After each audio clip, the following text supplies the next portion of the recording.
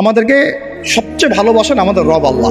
সত্যিকারের ভালোবাসার ডেফিনেশনটা হচ্ছে যে আপনি নিঃস্বার্থভাবে কাউকে ভালোবাসেন। আমাদের আশপাশে যারা আছে, যারা হালাল, ইভেন হালাল, আমার মা, আমার বোন, আমার বাবা, আমার স্ত্রী, আমার ছেলে, আমার মেয়ে, এদেরও যদি কখনো স্বার্থে আঘাত পড়ে, দেখবেন সেও আপনার পাশ থেকে সরে যাচ্ছে। এমন হয়নি কখনো?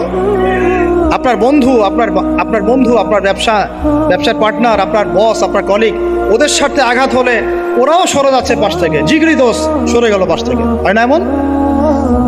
ভালোবাসা দুই প্রকার। বলেন কয় প্রকার? আমার সাথে বলেন, এখানে শেষ করে দিব 10টা মিনিট। ভালোবাসা কয় প্রকার? একটা হচ্ছে নিঃস্বার্থ ভালোবাসা। কি স্বার্থ? কোনো স্বার্থ নাই, নিঃস্বার্থভাবে ভালোবাসা। একটা হচ্ছে কোনো না কোনো স্বার্থ জড়িত আছে এমন ভালোবাসা। আপনার স্ত্রীর চাহিদাও যদি আপনি পূরণ করতে ব্যর্থ হন, দেখবেন স্ত্রীর সাথে আপনার গন্ডগোল লেগে যাচ্ছে, যদিও সে হালাল বৈধ। তাই না? এমন হয় না অনেক সময়? আমি তো অনেকদিন বলেছি, অনেকদিন আগেও বলেছি, 5 বছর 6 বছর আগে, যে মানুষ আসলেই মানুষের অবস্থানকে মূল্যায়ন করে। ভিতর থেকে মানুষকে শুধু মূল্যায়ন করে আল্লাহ রাব্বুল আলামিন। না হলে কি হতো? এই যে এত অন্যায় আমরা করেছি, আল্লাহ পাক কি আমাদেরকে ছেড়ে দিয়েছেন, ফেলে দিয়েছেন, গজবে ধ্বংস করে দিয়েছেন? এই যে আল্লাহ পাক যে আমাদেরকে মহব্বত করেন, ভালোবাসেন, তার প্রমাণ এগুলো। আল্লাহ পাক চান যে আমরা যেন ফিরে আসি। আল্লাহ পাক বলছেন, সারা দুনিয়ার সমান গুনাহও যদি সে করে ফেলে, আসমানের সমানও গুনাহ করে ফেলে, খালি তওবা করে ফিরে আল্লাহকে বলবে, আস্তাগফিরুল্লাহাল্লাযী লা ইলাহা ইল্লা হুয়াল হাইয়ুল কাইয়্যুম ওয়া আতুবু ইলাইহি। আল্লাহ পাক বলছেন, খালেস তওবা করলে গুনাহ তো মাফ করে দিবই, আগের গুনাহগুলোকে নেকি দিয়ে পরিবর্তন করে দিব। এটা ভালোবাসা না? আল্লাহ পাক সৃষ্টি করেছেন আমাদেরকে ভালোবেসে। কোরআন খোলেন, সূরা সাদ পড়েন। সূরা সাদের মধ্যে দেখবেন আল্লাহ বলেন, খালাকতু বিয়াদি মা মানাআকা আল্লা তাসজুদা খালাকতু বিয়াদাই, মানে তুমি ইবলিস কেন তাকে সিজদা করলে না যাকে আমি নিজ হাতে সৃষ্টি করেছি? এটা মহব্বতের বহিঃপ্রকাশ না? আল্লাহ আমাদেরকে নিজ হাতে সৃষ্টি করেছেন। আল্লাহ পাকের হাত কেমন এটা আমরা ব্যাখ্যা করতে যাব না। এর হাতের অর্থ কি সেটাও ব্যাখ্যা করার, তাহবিল করার দরকার নাই। কোরআনে আসছে যেভাবে সেভাবে আমরা ঈমান রাখবো, ঠিক আছে ভাই? এখানে আবার অনেক তালগোল পাকায় ফেলে এবং বিভ্রান্ত হয়ে যায়, এদিকে যাওয়ার দরকার নেই। এখানে বোঝানো হচ্ছে আল্লাহ রাব্বুল আলামিন আমাদেরকে মহব্বত করে সৃষ্টি করেছে। এই পুরো সৃষ্টি জগৎটাই তো আল্লাহর মহব্বতের বহিঃপ্রকাশ। সবকিছু এত নিপুণভাবে চলতেছে, এটা মহব্বতের বহিঃপ্রকাশ না? আমি আপনাদেরকে নিয়ে যদি কোনোদিন কক্সবাজারের সৈকতে তারা দেখাতে পারতাম, তাহলে আমি বুঝাইতে পারতাম আপনাদেরকে যে এই মহাবিশ্বটা ঠিকই আছে কিভাবে। তারার মধ্যে একটা গাণিতিক ক্যালকুলেশন আছে যেটা সবাই জানে না। যারা একটু অ্যাস্ট্রোনমি নিয়ে পড়াশোনা করেছে তারা জানে। আপনার মানে মাথার বিবেকই উল্টায় যাবে যে এত সূক্ষ্মভাবে কিভাবে আল্লাহ রাব্বুল আলামিন এই মহাবিশ্ব সৃষ্টি করলেন। এক চুল এদিক ওদিক হলে পুরো বিশ্ব কায়নাত ধ্বংস হয়ে যায়। এটা কি আল্লাহ পাকের মহব্বতের পরিপ্রকাশ না? আল্লাহ পাক তো বরং বলেছেন পুরো সৃষ্টি পরিবারটাই আল্লাহর পরিবারের অন্তর্ভুক্ত। সুবহানাল্লাহ।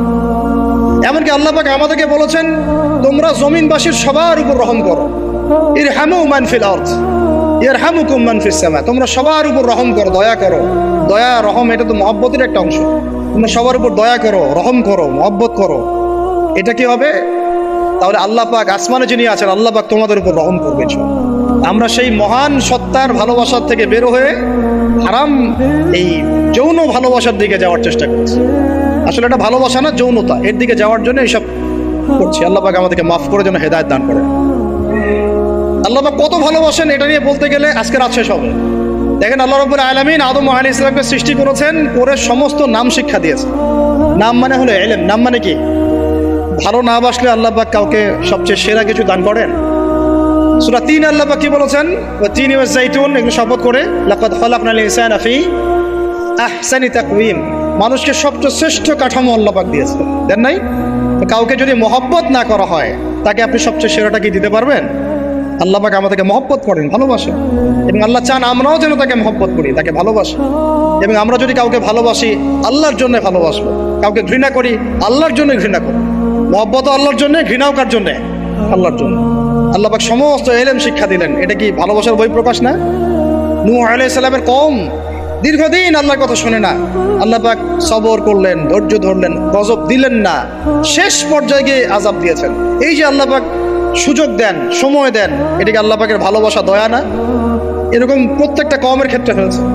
আমি তো ফিল করলাম এই ভালোবাসা নিয়ে ঘাটাঘাটি করতে গিয়ে যে আসলে আল্লাহ পাক যে আমাদেরকে সবচেয়ে বেশি মহব্বত করেন, তার সবচেয়ে বড় নিদর্শন কি জানেন? আমাদের কাছে আল্লাহ রাব্বুল আলামিন আল কোরআনের মতো কিতাব নাজিল করেছেন, আর আমাদেরকে আল্লাহ পাক নবী মুহাম্মদ সাল্লাল্লাহু আলাইহি ওয়াসাল্লামের উম্মত বানাইছেন।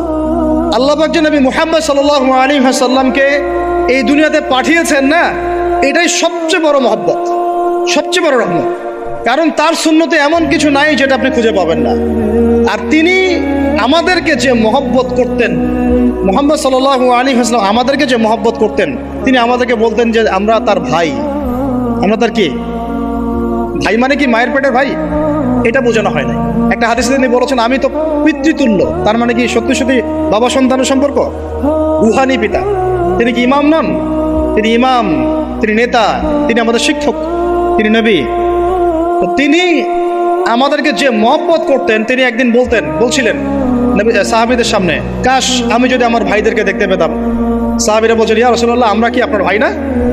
তখন নবীজি বলছেন, না, তোমরা আমার সাহাবী। আমার ভাই তারা যারা আমাকে না দেখেই আমার প্রতি ঈমান নিয়ে আসে। প্রত্যেক নবীকে আল্লাহ পাক একটা দোয়া করার চান্স দিয়েছে। কয়টা ভাই? এমন একটা দোয়া যেটা করলে আল্লাহ পাক কবুল করবেনই করবেন। করলে আল্লাহ পাক কি করবেন? অবশ্যই কবুল করবেন। নবী সাল্লাল্লাহু আলাইহি ওয়াসাল্লাম বলছেন যে সমস্ত নবী এই দোয়াটা পৃথিবীতে করে ফেলেছে, আমি এই দোয়াটাকে মুলতবি রেখেছি যে কাল কিয়ামতের মাঠে আমি আমার উম্মতের জন্য সুপারিশ করব ইনশাআল্লাহ।